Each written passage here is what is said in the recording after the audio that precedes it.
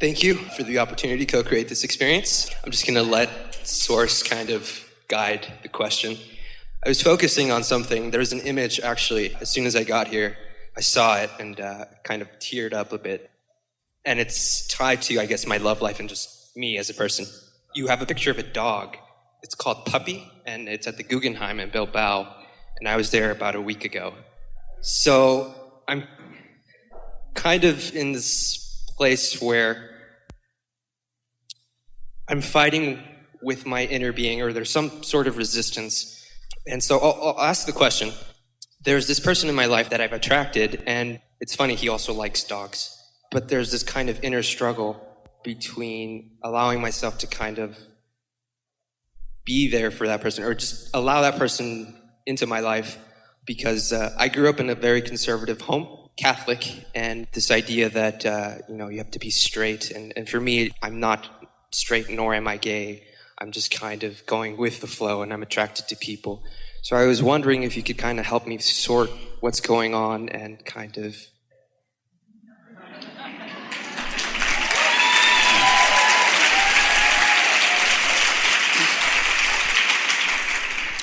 You gave us a very good jumping off place, and you gave yourself a very good clue when you said, I'm struggling with my inner being. And so if you pay attention to what's going on in your mind at the moment of that greatest feeling of struggle, then you understand what thoughts you are thinking that are most out of sync with your own guidance system. Because your own guidance system will help you allow yourself to be who you really are. And when that happens, then there is no struggle. The thing that is present here and happens with everyone, you care what others think too much. And it's really pretty ridiculous when you think about it, because first of all, they don't all think the same thing about the same things.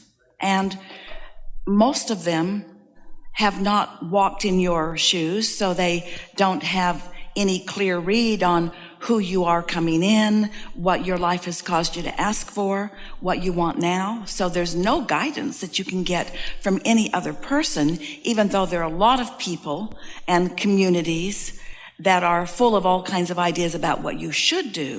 But it's not on very good authority, is it? No.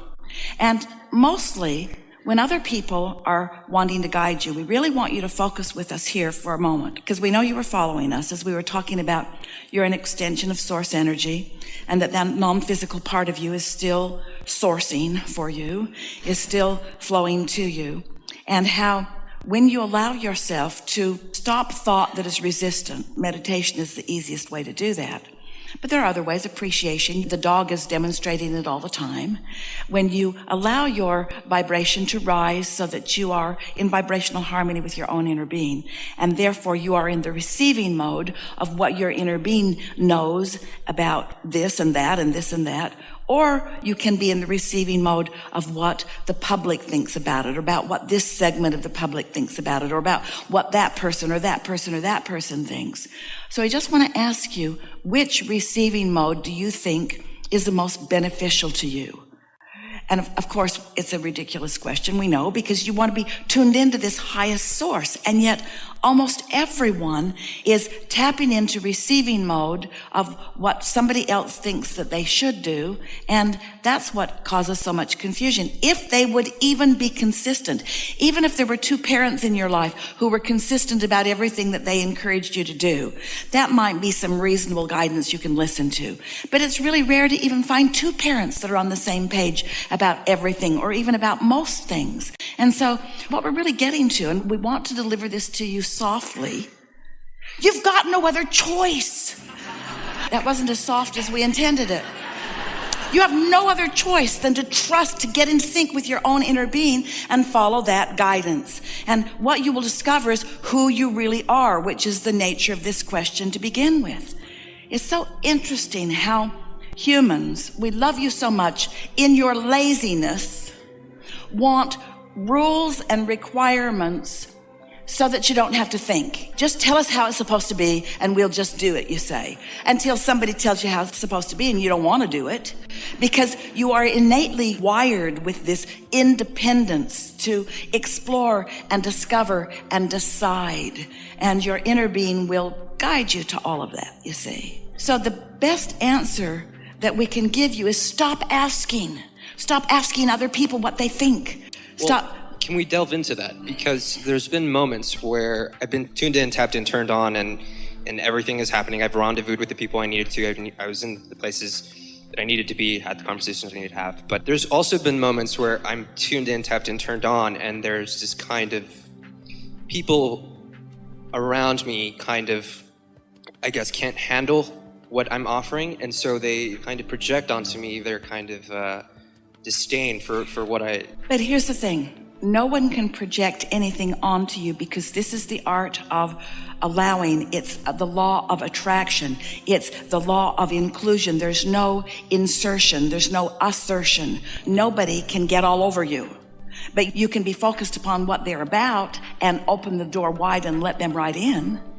You see? So I'd like to take this two ways. One of the things growing up, my parents had different opportunities than I had. I had received a proper education. And so for me, like, intelligence has always been something that I struggle, my own intelligence is something that I struggle with. And ironically enough, I study artificial intelligence, but... Intelligence is something that you struggle with? Not the intelligence itself, but like when I'm like tuned in, tapped in, like I'm going with the flow, I'm like concepts are just downloading. There's been times throughout my life where people are like, oh, you think you're smarter than everyone, and like you think you're better than everyone, and that's not my intention. So I'm kind of wondering if that's what I'm attracting into my to me. What am I trying to learn from that? Well, you must be offering some defensiveness in order for them to come to that conclusion about you. We want to consider together the comparison between this connection that we're talking about, which allows intelligence. We're talking about infinite intelligence.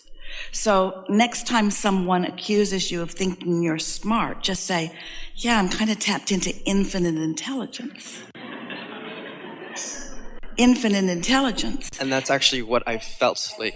But let's call it something else, just for shaping it in your mind. Let's call it infinite intuition. Let's call it infinite timing. Instead of calling it infinite, which irritates people, let's call it broad perspective intuition, broad perspective timing. Let's call it broader point of view. Now, one of the things that we notice is we're visiting with groups like this, and we're talking to you about who you are and how you fit into the bigger picture. We are wanting to entice you into an awareness of this receiving mode and a willingness to do what it takes so that you personally have the experience of exposing yourself to that receiving mode and feeling what it feels like to be in the receiving mode, and then to feel what it feels like to receive an impulse and to follow it through. And we often say to a group who's listened to us say that a few times during a conversation, until you actually quiet your mind and let your own resistance subside so that you allow your own vibration to rise and you achieve that vibrational equivalency with this infinite intelligence, then these are just words that are not going to mean very much to you. And we don't expect them to just take our word for it. They've got to quiet their mind and release resistance. And so you're asking a lot of your friends to understand what you mean or how you feel. And so you just don't want to shove it in their face because they're not going to receive it anyway. But also, you don't need to be defensive about what they don't understand. You might say to them, if you want to play with them and pick a fight, because it will pick a fight usually, you might say to them, you know, my dog hears things that I don't hear, and I don't accuse him of negative things. I don't say, oh, you think you can hear better than the rest of us? He just can. He just can. Oh, you think you can sniff out something that I can't sniff out? Oh, you think you're so smart, you sniffer? It's just a fact. He's just more tuned in. He's translating vibration differently. And that's all I occasionally do, and you can do it too if you want to. That's the way we would present that to them. But you see, when you're answering a question that they're not asking, that's annoying. So don't answer stuff that they're not asking. You're asking, and so you're tuning in and you're getting answers. But when you give them answers to your questions that aren't their questions, it's different. If you are consistently tuned in, tapped in, turned on, you'll start finding yourself surrounded by others are too. And when you get that kind of synergy going, oh, it is so much fun to run with a gang of tuned in, tapped in, turned on. Yeah. So there's no competition about who delivers the punchline. There's no competition about when somebody receives an idea, you all know it's a good idea, and you don't say, wait, that was my idea. I got that first. I got that first. I got that first. You accept that you're tuned in. That competitive state is a lackful state. It's a deprivation state. It's like a shortage consciousness state. In this human environment, you have shortage consciousness around money, and you have shortage consciousness around time, and you have shortage consciousness about intelligence too. You see, forgetting that this alignment is not something that once you achieve it, it's yours forevermore with a plaque on your wall like your college degree. It's not like that. It either is or it isn't in the moment. And that might be the best thing to say to people that might be trying to understand or might be on the attack or might feel like they're on the attack. You might say, hey, this isn't something that I can do all the time. It's just something that every now and again I tap into. Sometimes I do, sometimes I don't. I can't really control it yet, but I want to. I want to get to a place where I am flying high most of the times. I notice that the better I'm feeling, the more it comes. And the more defensive I am, the more it dissipates. Like right now, you could say to them, I've lost it now because I'm defending myself to you. Right. And because I care about you, I care about what you think, but I can't care about what you think and about what that is at the same time. You can find some ways, if you really want to explain it to them. But most important, you want to understand it. And when you understand it, then you don't feel such a need to explain it to everybody.